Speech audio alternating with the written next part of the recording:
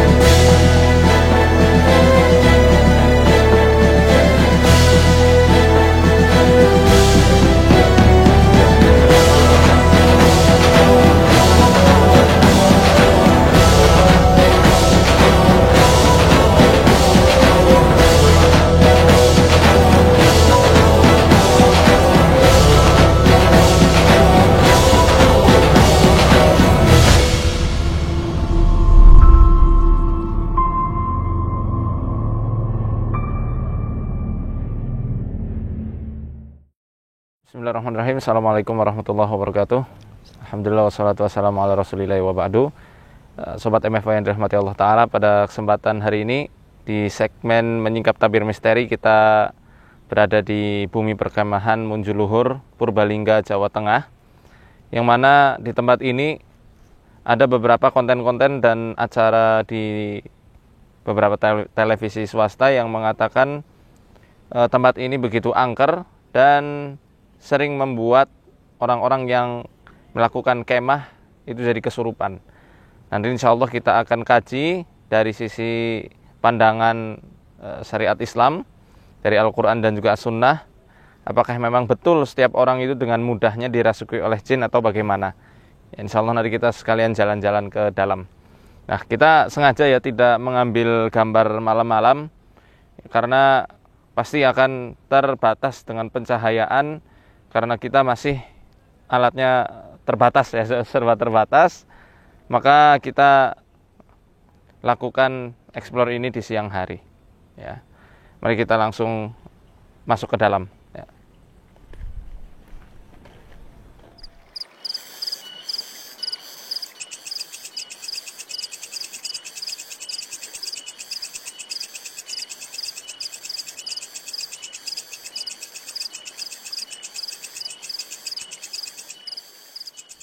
Nah ya teman-teman, ini juga suatu pesan ya untuk pemuda-pemudi yang memang datang ke tempat-tempat sepi seperti ini untuk pacaran, bermesra-mesraan. Hati-hati, karena kita hidup di dunia ini nggak hanya sendiri. Tentu ada Allah yang menyaksikan. Itu yang harus kita bangun ketakutan kita, khosyah kita kepada Allah Ta'ala. Kemudian ada juga makhluk-makhluk lain dari bangsa jin. Mereka itu memang nggak semuanya kafir, nggak mereka dari semua fasik, nggak semua dari mereka itu zalim. Ada juga yang muslim, ada muslim yang taat, muslim yang ahlu sunnah, muslim yang ahlu bid'ah juga ada gitu ya. Dan mereka kalau melihat ada orang bermaksiat sama Allah Ta'ala, kadang mereka kerjai. Mau itu muslim, mau itu fasik, kadang-kadang kalau lihat ada orang lagi bermesraan di tempat-tempat yang kayak begini, ya mereka kadang kerjain. Cuma kadang-kadang manusia itu tidak sadar sedang ditempeli mereka. Apa efeknya? Pertama merinding, kedua mual-mual, ketiga pusing setelahnya, pusing dan berat sekali ditengkuk. Kadang ngerasakan panas, habis itu hilang fokus, hilang suka melamun, ya. Kemudian perasaan jadi tidak menentu. Dari yang tadinya moodnya bagus, tiba-tiba hilang mood sama sekali. Ya, bawaannya pengen emosi terus. Kemudian mager, malas gerak rasanya. Setelah sampai di rumah, ketika memang ditempeli sama jin, ya, itu rasanya pengen tidur terus.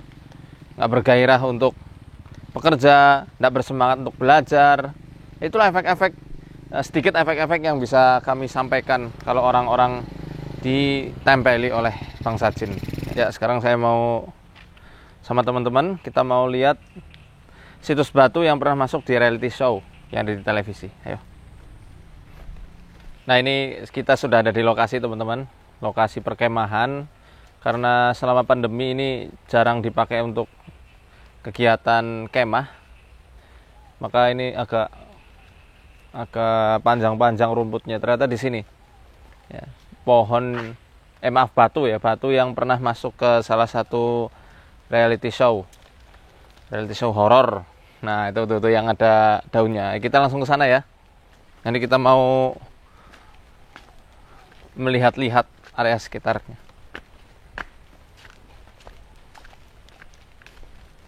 Nah, di sini nih teman-teman, konon katanya tahun 2008 pernah ada yang camping di sini terus kesurupan terus jadi kayak Nyai Ronggeng kayak begitu. Jin itu sangat mudah untuk merasuki manusia, kemudian mengambil alih kesadarannya sampai membuat gerakan-gerakan tertentu. Ini yang nanti akan kita kaji. Bahkan yang saya lihat di video-video tersebut, ada banyak cara yang dilakukan oleh orang-orang sini, ya, untuk menghindarkan mara bahaya atau orang-orang anak-anak yang lagi camping di sini supaya tidak dirasuki lagi. Sampai pernah dikasih sesajen ini, cuma alhamdulillah tidak ada sajen sama sekali yang kita temukan pada hari ini. Tidak ada, paling cuma ini daun yang kerempet. Jadi pada hakikatnya teman-teman,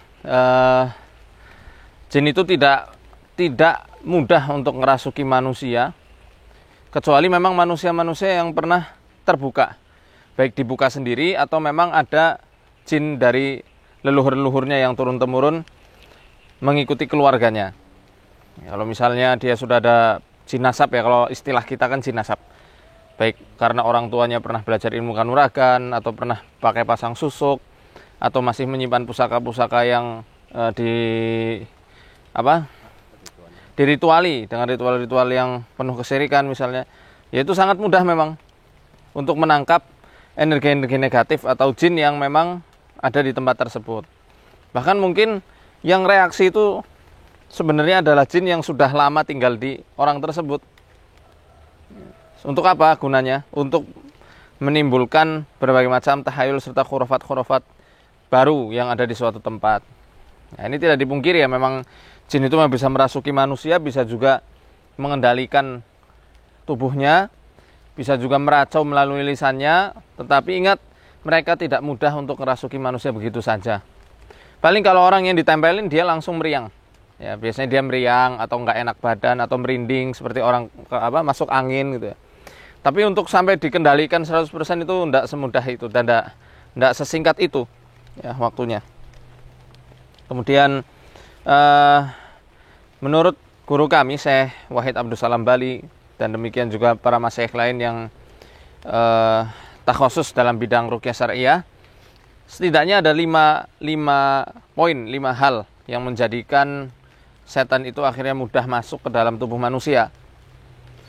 Saat dia dalam keadaan marah sekali, sedih sekali, takut sekali, dalam keadaan syahwat, atau dalam keadaan yang sangat riang gembira, sangat bahagia sampai dia itu lalai. Nah, karena dari kisah-kisah yang sering kita dapati, orang-orang yang kerasukan itu pada mulanya dia merasa takut ada di suatu tempat yang masih asing baginya. Mungkin kita sambil jalan ke sana aja ya. Banyak nyamuk nih. Yang ngerasa takut di tempat yang menurut dia itu masih asing, gelap, jauh dari orang tua, ya. Dan akhirnya saat rasa takut dia itu sudah mulai naik, di saat itu pula jin itu merasuk ke dalam dirinya. Jadi saya rasa tidak perlu kita terlalu mengagung-agungkan suatu tempat, apalagi menyokok jin gitu ya, istilahnya menyokok, menyuap dengan sesajen lah atau dengan ritual-ritual yang bukan dari ritual Islam ya, untuk mencegah mereka mengganggu dan merasuki anak-anak saat camping. Cukup diberi pengarahan bagi anak-anaknya saja ya, yang sedang camping di suatu tempat. Tidak perlu tempatnya, karena yang jadi masalah kan manusianya. Maka manusianya inilah yang harus kita tanamkan akidah dengan sebaik mungkin, dibenarkan akhlaknya ya, dan juga harus dijaga, harus diberikan pemahaman-pemahaman yang positif, bahwasanya jin itu memang sama makhluk seperti kita, seperti manusia. Mereka punya alam sendiri, mereka juga tidak mengganggu, kecuali kita ganggu ya, kecuali kita memang menyediakan tempat supaya diganggu mereka lah, baru mereka itu mengganggu dan masuk. Apa di antara tempat-tempat, apa di antara bukaan-bukaan yang menjadikan mereka itu mendekat, menguasai? Di antaranya adalah dengan kelalaian-kelalaian, maaf, misalnya ke sini untuk misalnya apa ya, berpacaran gitu ya, berdua-duaan dengan yang bukan mahramnya. Itu kan celah-celah setan. Pulang dari sini setelah pacaran selesai gitu ya, bisa jadi dia ketempelan sama jin. Nah, baru nempel, tapi lama kelamaan bisa masuk. Ini sekilas yang saya ketahui dari area Bumper atau bumi perkemahan Munjuluhur ini. Sebenarnya tidak angker, enggak angker sama sekali ya. Hanya saja anak-anaknya ya, mungkin beberapa anak-anak yang datang ke sini yang mereka memang sudah ada jin di dalam tubuhnya. Entah ikut ebek ya, atau mungkin ikut kanuragan, atau mungkin turunan dari leluhur-leluhurnya. Wallahu a'lam bishawab wa ilaihil marji wal ma'ab. Sekarang kita mau lanjut perjalanan teman-teman ke suatu telaga yang juga banyak mitosnya ya Pak. Di mana telaganya? Di daerah Karangcegak. Karangcegak. Nah, di Kutasari, dekat rumahnya Pak Abu, Pak Muflihuddin ya. Sekarang kita langsung jalan ya.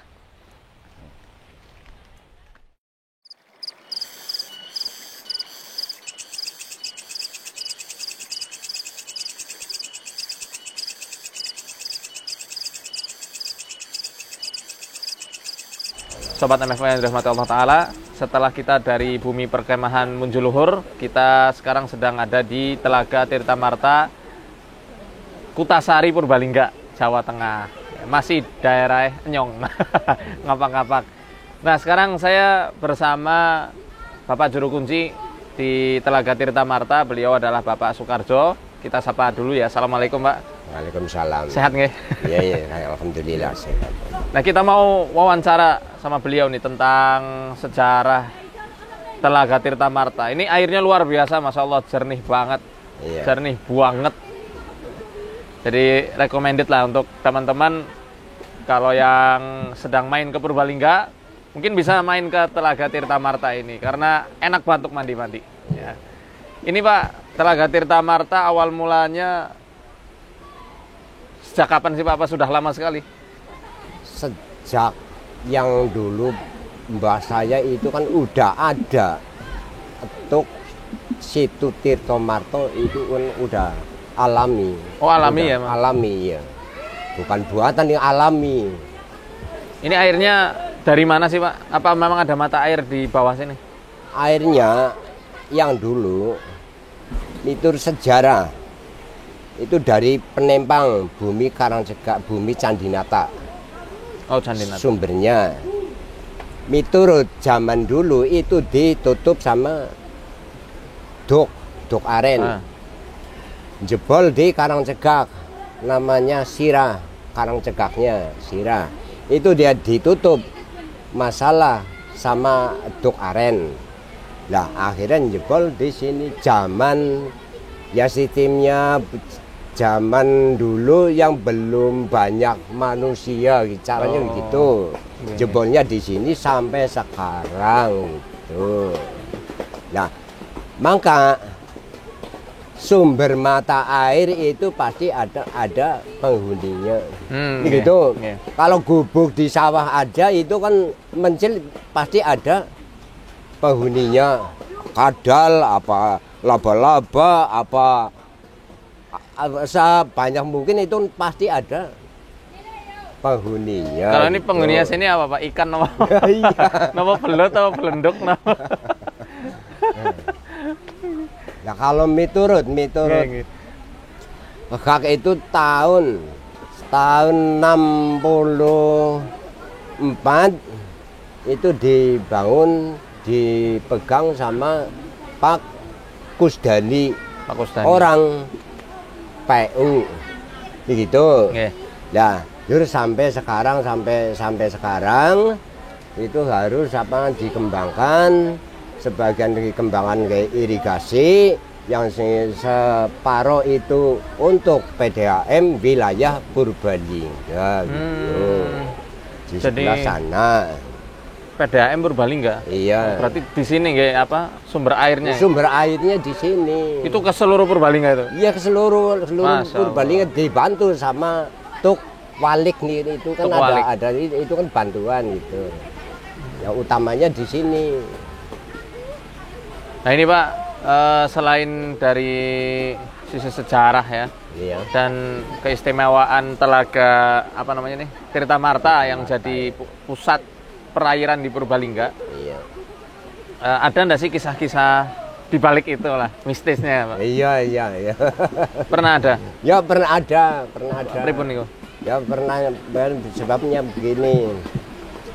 Yang dulu itu kan pasti ya namanya sumber mata air itu kan ya sistemnya kan zaman dulu kan jadi masih gawat, masih angker begitu. Nggih. Sebab ada yang orang yang ngeliatin di fotokopi arah ke arah nggak ada apa-apanya, tapi yang kena bisa sistemnya di kamera, masuk di kamera itu ada ular kepala manusia, ya ada di sini. Sarannya tanah lebih padang di sini, tapi nggak pasti tetap di sini. Masalah makhluk halus yang namanya ular kepala manusia nggak netap di sini. Oh, nggak netap. Gitu. Iya, bisa juga di Curug Bandung, Semingkir itu bisa. Pindahnya di situ, bisa pindah di Buper itu, pindah-pindah Juluhur gitu. ya? Iya. Oh, tadi kita baru ke sana itu. Iya.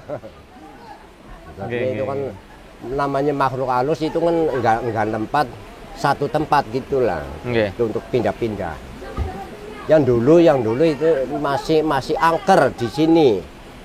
Ada orang tiap lebaran pasti ada korbannya di sini. Korbannya apa, tenggelam? Korbannya apa? tenggelam di sini. Padahal nggak terlalu dalam nggih. Nah, enggak terlalu dalam, ya masih cetek lah.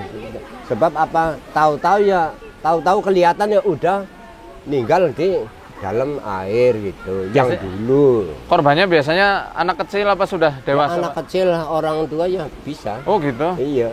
Yang dulu.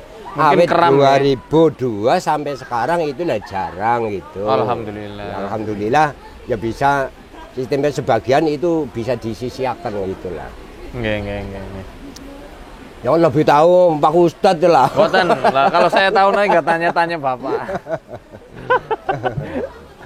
Utamanya Nggih. ya, maaf aja ya. Utamanya di sini tunggulnya itu Mbah Brawijaya. Kalau yang istri itu namanya Nyai Cakrawati setunggal. Kalian itu Nyai Banowati. Pengakuannya Sukma alus sing di sini gitu. Lah itu tahun namanya siapa, Brawijaya sama Banowati? Brawijaya itu kan cuman yang dulu itu kan cuman untuk mandi di sini. Tapi cuma mandi. Iya, cuman mandi di sini, tapi datangnya ke sini itu bulan Muharram, 1 Muharram. Bulan Sura. Bulan Sura. Awal tahun nih, awal tanggal. Aslinya gitu. Nah kalau miturut Kak, saya ngertinya itu yang ngerti Nyai Banowati, Nyai Cakrawati, Mbah Patrajaya itu kan tunggulnya, asli tunggulnya. Nah, ada lurahnya seperti jenengan manusia namanya Rasmudi, seperti jenengan manusia. Tempatnya di situ ya. Di mana itu? Di situ sih. Sebelah pojok situ. Di Batu ya? Iya. Si pojok itu kan ada. Nanti mungkin kita ke sana nggih. Iya, Pak, ada turunan. Nah, itu tempatnya di situ. Yang paling ganas yang dulu. Tahun Rasmudi. iya tahun 2000. Namanya Rasmudi tahu dari mana itu? Apa mediumisasi apa? Iya, masukin jin ke ya, orang apa? Itu ngertinya yang tempatnya di situ gitu. Tapi yang paling ganas. Kenalannya dari mana itu? Ya Caranya kenal, gimana? ya kenal kalau di kalau saya datang ke sini itu tengah malam apa lingsir malam itu kadang-kadang itu kan ada ambu. Nah, ini ambunya masalah roh halus namanya ini. Saya kan gitu. Saya bukan orang pintar, lebih tahu lebih pintar kan Ustadz. Saya pintar makan Pak. Yang penting yakin sama Allah, dekat sama Allah. Sukma alam nggak bisa akan nyentuh masalah manusia yang dekat sama Allah. Oke. Gitu. Niki Mbah, Bapak, kalau tadi di sana yang kaki Rasmudi dulu ganas ya, paling ganas. Iya, ganas. Berarti sekarang sudah jinak nih. Namanya lurahnya itu lurah lurah. di sini. Berarti iya. penguasa sini. Danyang lah ya. Ya yang mengko tekan bumi Bayur situ yang wilayah yang megang itu ya tetap Mbah Patrajaya. Menghuni Mbah Patrajaya. Nah kalau di situ tuk itu yang Selarik itu. Itu. Iya sebelah itu kan Selarik. Oh ini. Situ. Sana. Sebelah bawah kuburan itu kan ada tuk Selarik itu. Itu cuman bukan makhluk umum tapi makhluk para Belanda lan Cina sebelah situ. Oh roh. Makhluk Belanda itu. Makhluk Belanda. Mungkin jin dari Belanda pindah sini. Bisa juga. Belanda sama Cina. Bisa juga gitu. Tapi ya Mbah, saya potong. Kalau Lurah Rasmudi kan tinggalnya di sana. Iya. Kenapa dikasih sesajinya di sini? Bisa sajinya di sini, tapi di sana itu tiap malamnya itu kan ada apa? Ada lampunya. Ada apa? Ada lampunya. Oh. Lampu. Jadi sistemnya mintanya tempatnya di sini kata-kata orang yang ahli indang. Itu kalau bakar kemenyan di sini ceritanya itu Mbah Rasmudi ya datang ke sini. Itu kepercayaan yang masalah dolanan indang gitu. Indang tuh jin iya, prewangan lah ya. Iya, indang itu kan sama dengan sukma alam. Sukma alam. Gitu. Sukma alam, sukma jin, setan, iblis, indang gitu. Yeah. Lebih tahu. Masalah di sini itu otomatis yang penting di lokasi sini jangan sampai ada orang-orang yang radi sembrono gitu. Sembrono. Iya. iya. Kalau radi sembrono itu otomatis ya tetap hak udah dijanjikan sama yang Maha Pencipta ya. Namanya sukma alam dikasih sama sukma alam itu pasti ada efeknya kalau di sini rodo sembrono. Ini gitu. Rodonya sembrono begini. Rodo sembrono begini ya. Kalau mandi itu di sini telanjang itu kan otomatisnya sembrono. Oh. Ya, kencing. Sekarapnya sendiri itu ya sembrono. Okay. Apalagi beret itu pokoknya ya rodo sembrono gitu. Itu jadi ada efeknya itu. Biasanya efeknya apa aja, Mas? Efeknya itu jadi pikirannya itu linglung ya? Enggak beres, ya. Enggak beres pokoknya. Itu paling kecil. Kalau dibesarkan ya efeknya ya cuma 3 hari 5 hari itu Wassalamualaikum. dipundut ya apa untuk teman apa untuk saya nggak tahu gitulah. Oke. Itu hak di sini. Ya maaf aja saya ngertinya awal 64 ini dibangun sama PU. Ini kan kali asli itu. Tapi kan ditutup, kalinya dipindah. Zaman dulu. Zaman dulu dipindah sebelahnya ini kan asalnya itu kali mati, namanya kali mati. Bukan kali, tapi kalinya lempeng sini lapas itu. Jadi pas itu kan sebelahnya itu diedak untuk PDAM. Yang mengkoni PDAM itu kan 2008 dibangun gitu. Saya mohon izin untuk berbicara dari sudut pandang para ulama, boleh nggih, Mbah? Ya boleh. Nggih. Nun sewu nggih. Nggih, boleh. Nanti saya mohon ditunjukkan di mana tempat-tempat kaki Lurah Rasmudi dan lain-lain. Menanggapi dari apa yang telah disampaikan Bapak Soekarjo, ya ini Masya Allah menarik sebenarnya, dan kita bisa ngambil menambah wawasan kita tentang budaya-budaya yang ada di sekitaran kita ini, termasuk budaya yang jarang dibahas oleh orang-orang.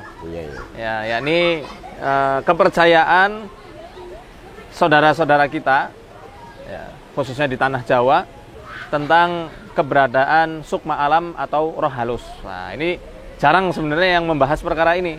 Ada beberapa buku, seperti contoh bukunya Kapten siapa namanya, Suyono atau siapa namanya, saya lupa, sama Suwardi Endraswara misalnya. Itu bagus, itu buku-buku yang menjelaskan tentang kepercayaan kuno, ya. Dan di buku saya sendiri, Risalah Pelebur Jin Leluhur, nah itu juga ada membahas masalah kepercayaan terhadap roh halus atau sukma alam.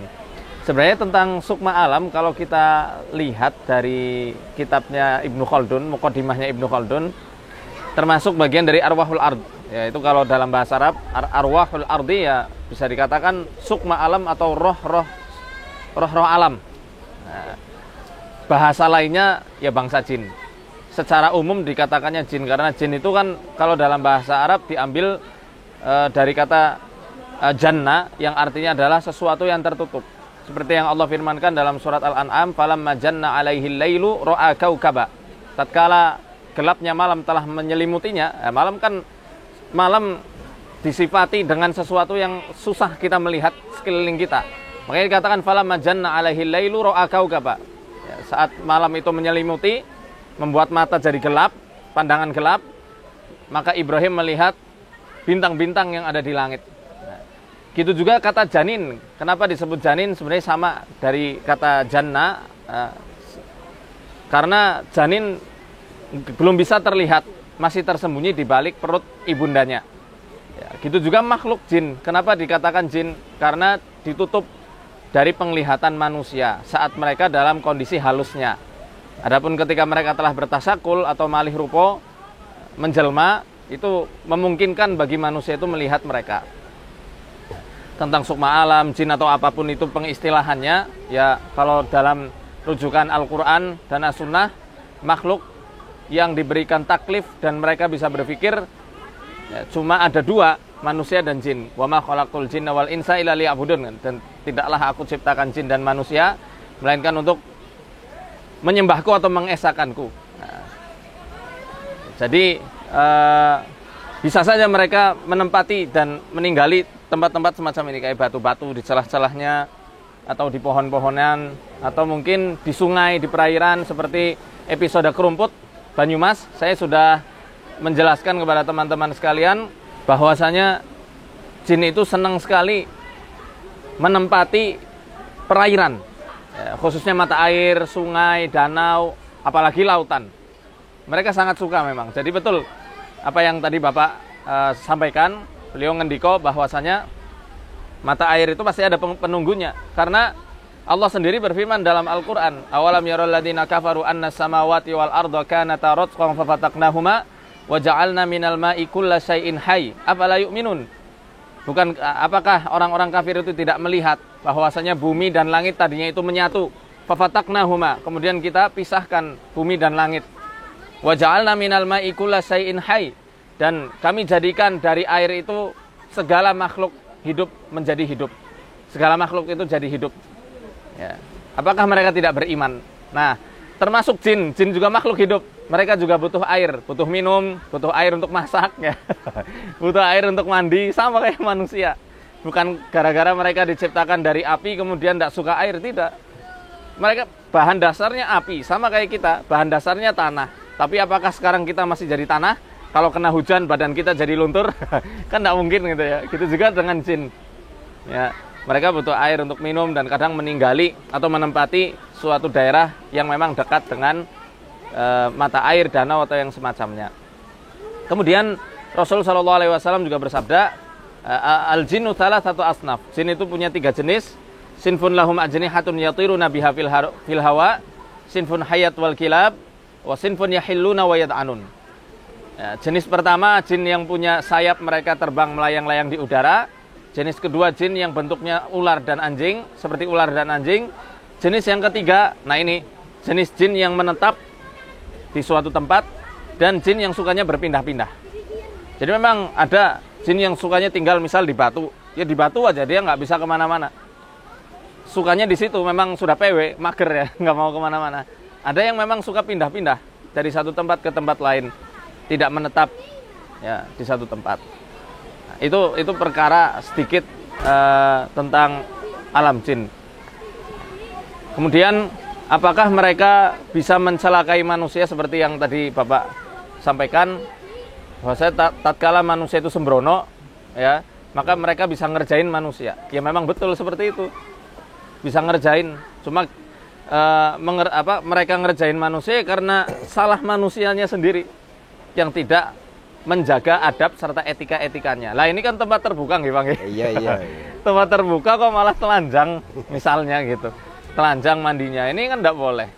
Wong di rumah kita ya disunahkan oleh Rasul Shallallahu Alaihi Wasallam, kalau kita buka baju baca Bismillah. Penutup antara aurat Bani Adam dengan penglihatannya jin, maka dengan membaca Bismillah ketika dia menanggalkan bajunya. Dan hendaknya kalau di tempat terbuka jangan dibuka semuanya. Mereka bisa ngintip dan bahkan bisa jatuh cinta sama manusianya.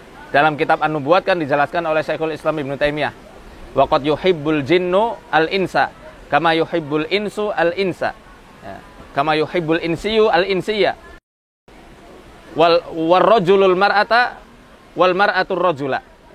Jin itu terkadang jatuh cinta sama manusia sebagaimana manusia jatuh cinta dengan manusia lainnya, atau sebagaimana laki-laki jatuh cinta kepada wanita atau wanita kepada laki-laki. Jadi hati-hati kalau di tempat terbuka kayak gini ya Mbok, harus tetap jaga auratnya. Ya, kalau laki-laki ya ingat dari pusar sampai mana? Sampai lutut, dan baca Bismillah. Kalau memang kulit antum bagus misalnya, baca Bismillah. Berotot misalnya, ya six packs atau dadanya bidang, ya baca Bismillah.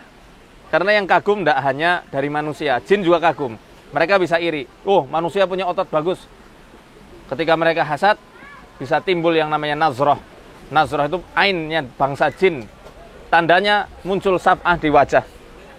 Itu bisa membuat tadi seperti Bapak katakan linglung atau bahkan bisa meninggal ya, dalam waktu yang singkat. Bukan jin yang mencabut nyawanya, tidak. Memang itu efek dari ain, dari nazroh. Kata Nabi SAW, al-ainul haq walau kana syai'un sabiqul qadar la sabaqatul ain. Ain itu benar adanya. Kalau ada sesuatu yang dapat mendahului takdir, maka ain yang bisa mendahuluinya. Saking cepat dampaknya, saking ganas dampaknya. Aktsaru man yamutu min ummati ba'da qada'illahi wa qadarihi bil ain. Kebanyakan yang meninggal di umatku, kata Rasul, selain setelah takdirnya Allah Ta'ala, adalah karena pengaruh al-ain. Ain ini dari manusia, kalau dampaknya itu dari jin, timbulnya dari jin, namanya nazroh. Sama saja sebenarnya. Maka hati-hati, tetap jaga adab dan etika, jaga juga zikirnya. Sebelum nyemplung baca Bismillah, baca a'udzu bikalimatillahi tammati min syarri ma khalaq 3 kali. Supaya terhindar dari mara bahaya yang ada. Mohon maaf ini saya banyak bicara, Pak. Iya.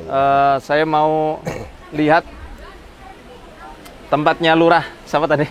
Rusmadi di mana itu? Situ. Bisa ke sana? Bisa. Ayo kita ikuti Bapak Soekarjo. Sini nggih. Iya. Oh ini. Iya.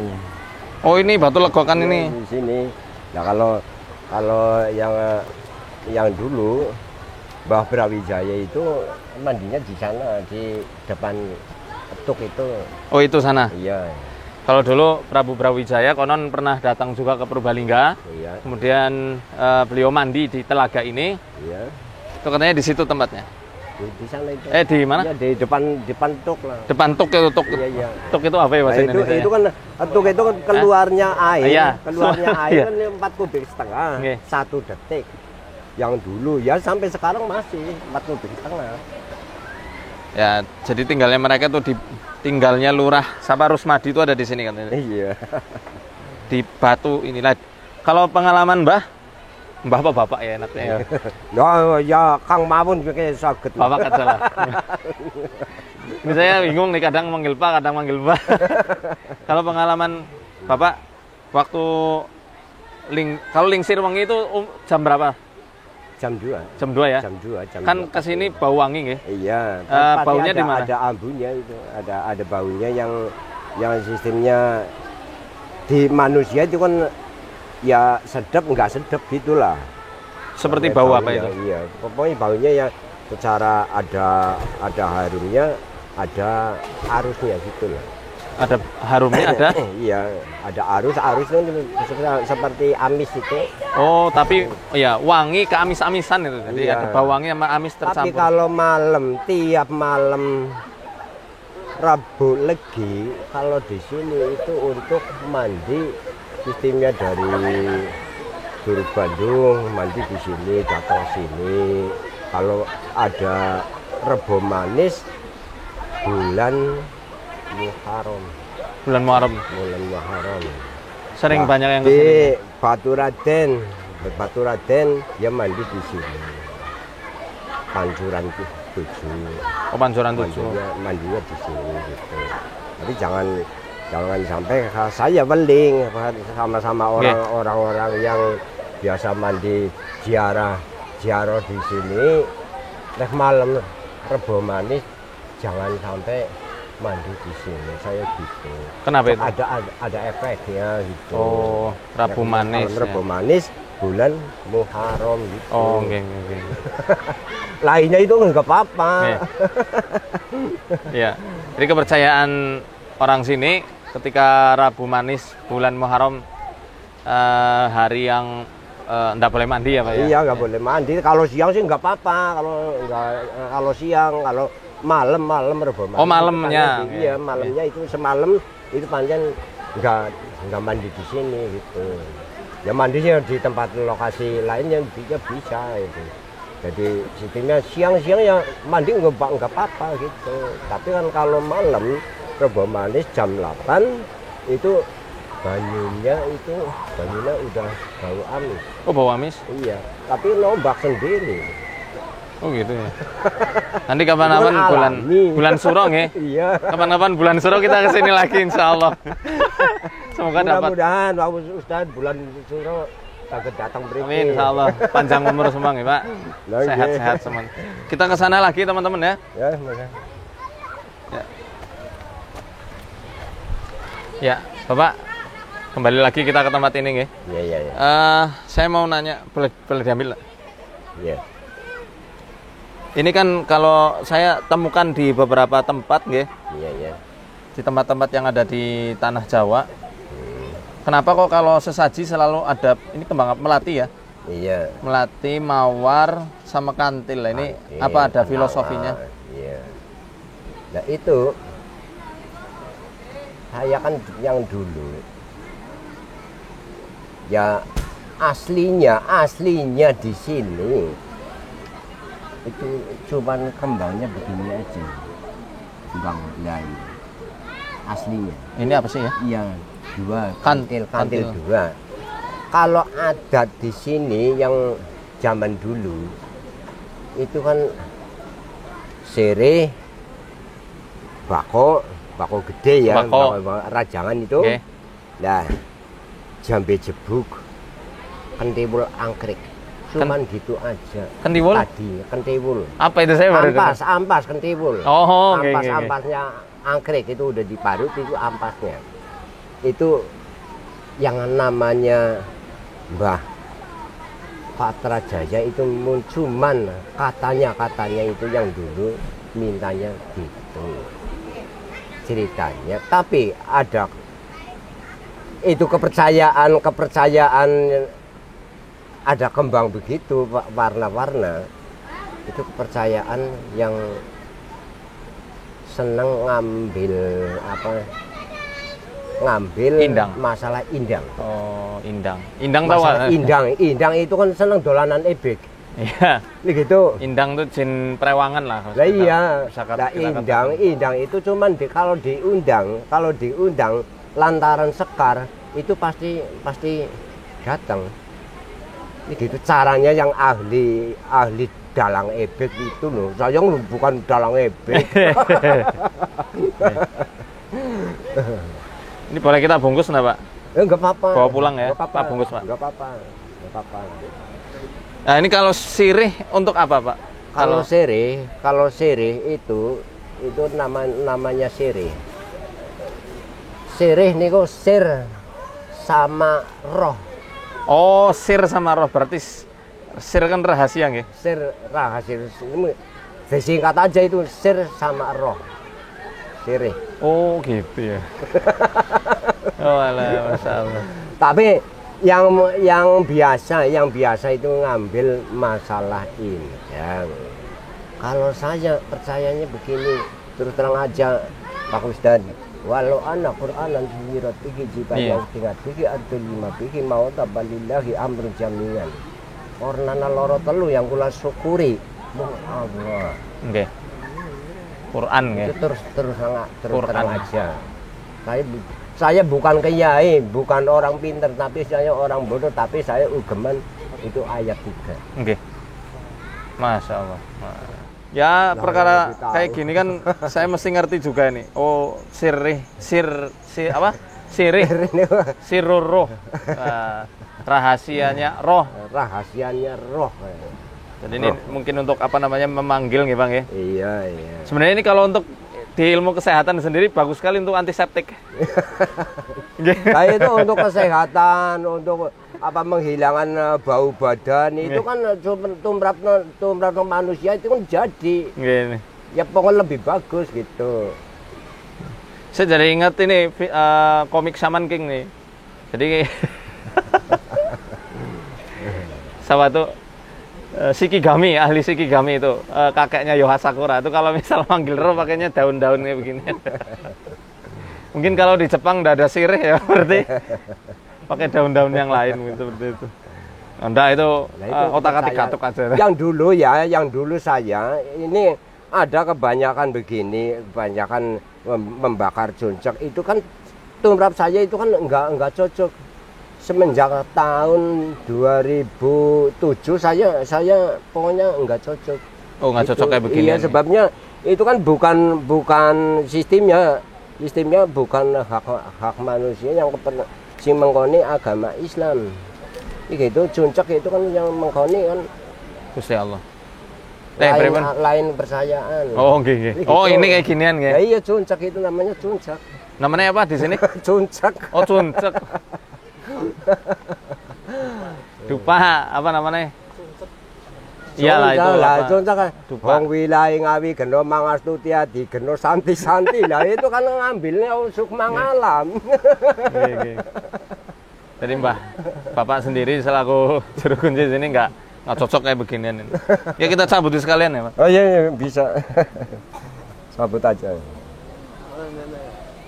Ini Pak Kabut jurusan nyabut-nyabut.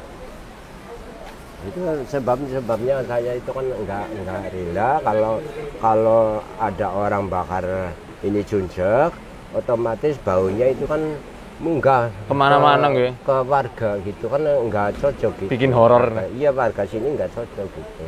Tapi Orang itu kebanyakan orang Sokaraja terus terang aja yang Astagfirullahaladzim. bawa cuncak itu. Darahnya nyom. Daerah sampai Daerah saya nih. terus terang aja orang-orang Sokaraja, orang Sumbang yang pasti bawa bakar itu. Oh, bakarin kayak kesini nggih. Iya. Mencari bukan indangnya orang ternyata ini. di Purbalingga. Daerah Makabu. Ya Allah ya Rabbi. Jadi masih banyak PR dakwah di sekitaran kita nih, terutama ya kita kan targetkan orang-orang terdekat kita, orang terkasih, orang tersayang kita, orang-orang terdekat kita. Iya. Ya, ku anfusakum wa ahlikum naro lah. Hindarkanlah dirimu dan keluargamu dari api neraka. Selain keluarga ya habis itu ya tetangga dekat, kemudian orang-orang terdekat, masyarakat sekitar. Nah, makanya kita mulai perjalanan ini, kita mulai dulu dari bumi ngapak, Barlingmas cakep, Banyumas, Purbalingga, apalagi Banjarnegara, Kebumen, Cilacap belum pernah ya, belum. Ya nanti suatu ketika lain sama. Cilacap, Banjarnegara belum pernah. Nanti semoga bisa ke seluruh Jawa dan seluruh Nusantara itu kita jalan-jalan. Mudah-mudahan. Mohon doanya nggih, Pak. Disuksesakan masalah Pak Ustadz, minta pertolongan lebih dekat sama Allah. Amin ya Rob. Supaya Islam semakin jaya dan membumi. Iya. Dan ada nancep di hati kaum muslimin di Indonesia semuanya. Amin ya Rob. Matur nuwun sangat Bapak Soekarjo atas kesediaan waktunya dan ilmu-ilmu serta wawasan-wawasan yang saya banyak yang belum tahu ternyata. Saya malah nggak tahu kok. Kami mau undur diri, mau pamit sekalian sama tim-tim sekalian ini. Lara sugeng, sama-sama sehat keluarganya. Amin. Sama-sama dekat sama Yang Maha Pencipta. Sama Gusti Allah Ta'ala itu kan butuhnya Allah itu disyukuri kanthi suci ning ati lantaran istighfar. Begitu. Okay. Istighfar, baca istighfar itu otomatis itu ya para sukma suci, para malaikat itu kan lebih gembira, lebih cerah, lebih padam. Oke. Begitu lebih tahu Ustaz daripada Iya itu lah. Lebih paham Bapak.